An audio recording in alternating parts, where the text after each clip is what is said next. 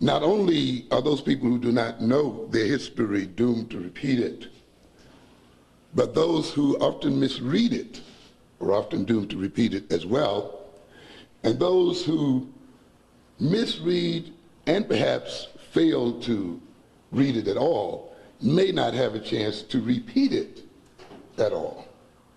And I think we have reached this point where our failure to understand history is going to put us in a position where we won't have a chance to learn it again. The survival of our people is at the crossroads today. And our study of history then should be about more than celebrating our heroes, about more than celebrating the struggles, than just keeping eyes on the prize. And those are valuable things, obviously. But we must look at history in terms of coming to understand our current and our future obligations and what must be accomplished by those things. If we're not careful, we will be beguiled by our study of history. Many of us who have not studied, for instance, Reconstruction history, the history of the United States, particularly of African Americans during the 1860s and 70s, may think that we are entering a new era in American history. We may think that the things that we're witnessing today, the elections of blacks to political office and their appointment to various positions, their activities in various corporations, and so forth, is something new in American history. And yet, a study of Reconstruction history will quickly convince us that we are currently undergoing deja vu. Many of us see history as a continuing progress upward and onward. We have bought the American concept of progress, the idea that things must, over time, necessarily get better. There is no law in the universe that tells you that your future survival is assured, that you will continue to exist now and into the future. There have been races and ethnic groups who have been virtually wiped out on this planet. And there's no guarantee that your own group will not be wiped out as well. The idea then that you must necessarily arrive at a point greater than those of your ancestors could possibly be an illusion. The idea that somehow through some great automation you are going to be in a better condition than your people is an illusion often of not studying history and recognizing that progressions and regressions occur in history, that integrations and disintegrations occur in history. History is not a fairy tale where certain things are accomplished and then people live happily ever after. And many of us think then that the accomplishments that we've made up to this point means that we are only going to expand them in the future. I think you had better think about that again. And I'll point out today why we must not be so optimistic as to be foolish. In fact, let us go back for a moment to an article written in the Ebony magazine, October 1981, wherein Lerone Bennett, who wrote the book Black Power USA, I think wrote his conclusion to the book. When I read that book, Black Power USA, and I guess it was published back in, the 60s maybe, or 70s, at least early 70s. And I finished reading it, I said, the last chapter of this book is missing. And it went on to laud Black Power during the Reconstruction era and so forth. And yet somehow the logical conclusions were not drawn at the end of that book. The lessons that book implied were not expressed openly and completely.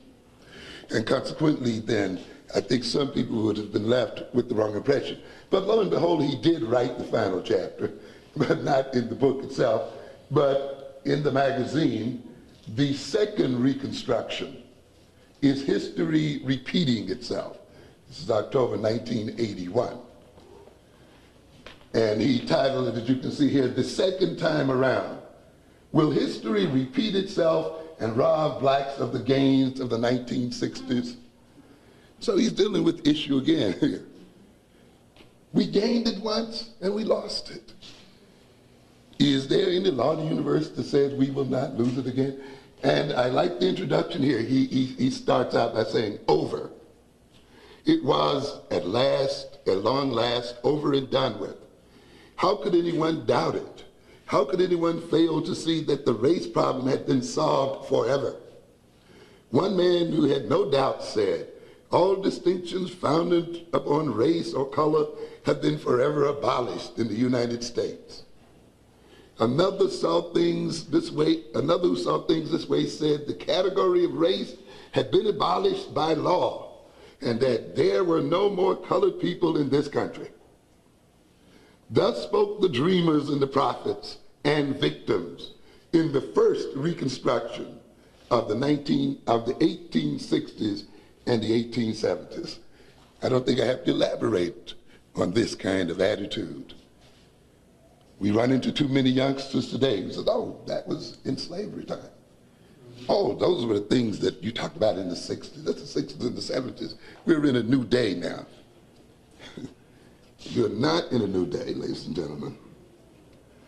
The same words that we were saying today, the same word that we're saying today, the same words that people said over 100 years ago. Why are we in a new day when we're saying the same thing that someone said 100 years ago? He goes on to say, and it is worth emphasizing here at the very beginning that these flights into fantasy were based on the same hard facts that gripped the imagination of blacks in the second reconstruction of the 1960s and 70s. There was, for example, a black man in the U.S. Senate in the 1870s. And there was a black governor in Louisiana. In the 1860s and the 1870s, as in the 1960s and 1970s, there were black sheriffs and mayors in the South. And there was open speculation about a black vice presidential candidate. So the Jesse run is not new in black American history, ladies and gentlemen. There was moreover a network of civil rights laws that seemed to settle the issue beyond all possibility of dispute or recall. Same kind of situation we talked about here today when you try to tell our people that laws don't protect anyone. And there are so many of us who believe that fair housing laws and anti-discrimination laws and civil rights laws and voting laws and so forth guarantee our freedom. What an illusion. What a flight into fantasy.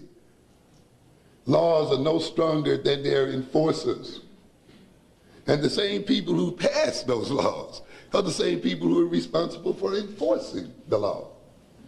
And if the people then who enforce the law no longer decide to do so, the laws then are of no value and have no power.